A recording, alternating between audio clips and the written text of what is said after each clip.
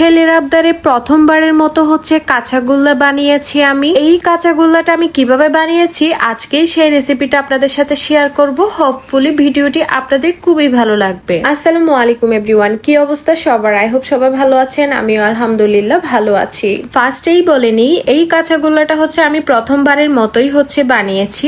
আর সবচাইতে মজার বিষয় হলো অন্য যে কোনো মিষ্টি না হলেও কাঁচাগোল্লা কিন্তু পুরনো ছানা দিয়েও তৈরি করা সম্ভব, শুধুমাত্র ছানাটা গন্ধ না হলেই হলো। আর যদি মিষ্টি তৈরির আগে ছানাটা তৈরি করে নিতে পারেন তাহলে তো আরো ভালো। এই তো আমি ছানাটা রেডি করে নিয়েছি। আর ছানা তো সবাই রেডি করতে পারে। আর এখানে দুধের মধ্যে আমি ভিনেগার দিয়ে ছানাটাকে রেডি করে নিয়েছি। পুরো ছানাটাকে আমি ভালো করে মথে নিয়ে সমান 2 ভাগে ভাগ করে নিয়ে অন্য একটি পাত্রে অর্ধেক উঠিয়ে নিচ্ছি।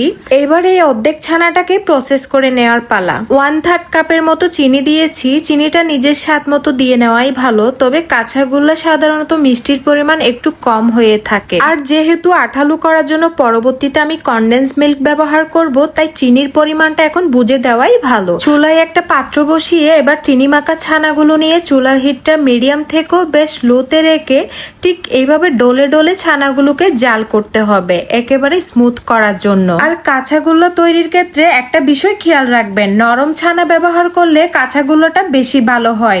ড্রাই বা শুকনো ছানাতে কিন্তু এই কাঁচাগোল্লাটা অতটা ভালো হয় না। 3-4 মিনিট নেড়ে ছেড়ে নেওয়ার পরে এখানে 1/3 কাপের মতো কনডেন্স মিল্ক অ্যাড করেছি ছানার বাইন্ডিংটাকে একটু আটালো করার জন্য। তো এইভাবে আমি 5-7 মিনিট ধরে মিডিয়াম লো হিটে ছানাটাকে জাল করেছি আর অনবরত নেড়েছি যাতে নিচ থেকে কোনোভাবেই এটা লেগে না যায়। আর এখন কিন্তু ছানার পানি পুরোটা শুকিয়ে একটা আঠালো ভাব তৈরি হয়েছে।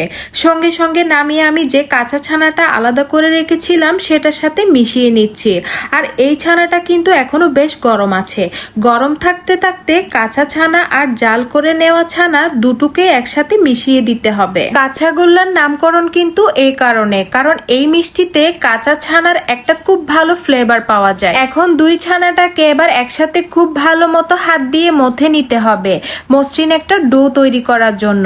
ডোটাকে খুব যে মসৃণ করতে হবে তা কিন্তু না, তবে যতটুকু সম্ভব করে নিয়েছি। এই তো এবার ছোট ছোট গোল আকারে মিষ্টির শেপটা দিয়েই কাঁচাগোল্লা সবগুলো আমি বানিয়ে নিয়েছি। এরপর আমি মিষ্টিগুলোকে গুঁড়ো দুধের মধ্যে গড়িয়ে নিচ্ছি। আপনারা এখানে গুঁড়ো দুধের বদলে মাওয়াও ব্যবহার করতে পারেন। আমার মাওয়াটা হাতের কাছে ছিল না, তাই আমি গুঁড়ো দুধটা ইউজ করেছি। এই তো আমার কাঁচাগোল্লা রেডি হয়ে গিয়েছে। মাশাআল্লাহ, অনেক বেশি সুন্দর হয়েছে এবং অনেক বেশি মজা হয়েছে। এই কাঁচাগোল্লাটা বানানোটা অনেকটা সহজ, তেমন একটা উপকরণ লাগে না। অল্প কিছু উপকরণ দিয়েই কিন্তু এই কাঁচাগোল্লাটা আপনারা বানিয়ে নিতে পারেন। তো আজকের এই সহজ কাঁচাগোল্লার রেসিপিটি কেমন লেগেছে অবশ্যই আমাকে কমেন্টস করে জানাবেন। ভালো লাগলে একটা লাইক দিবেন, কারণ আপনাদের একটা লাইক এবং কমেন্টস আমাকে অনেক উৎসাহ দেয়। সবাই ভালো থাকবেন, আল্লাহ হাফিজ।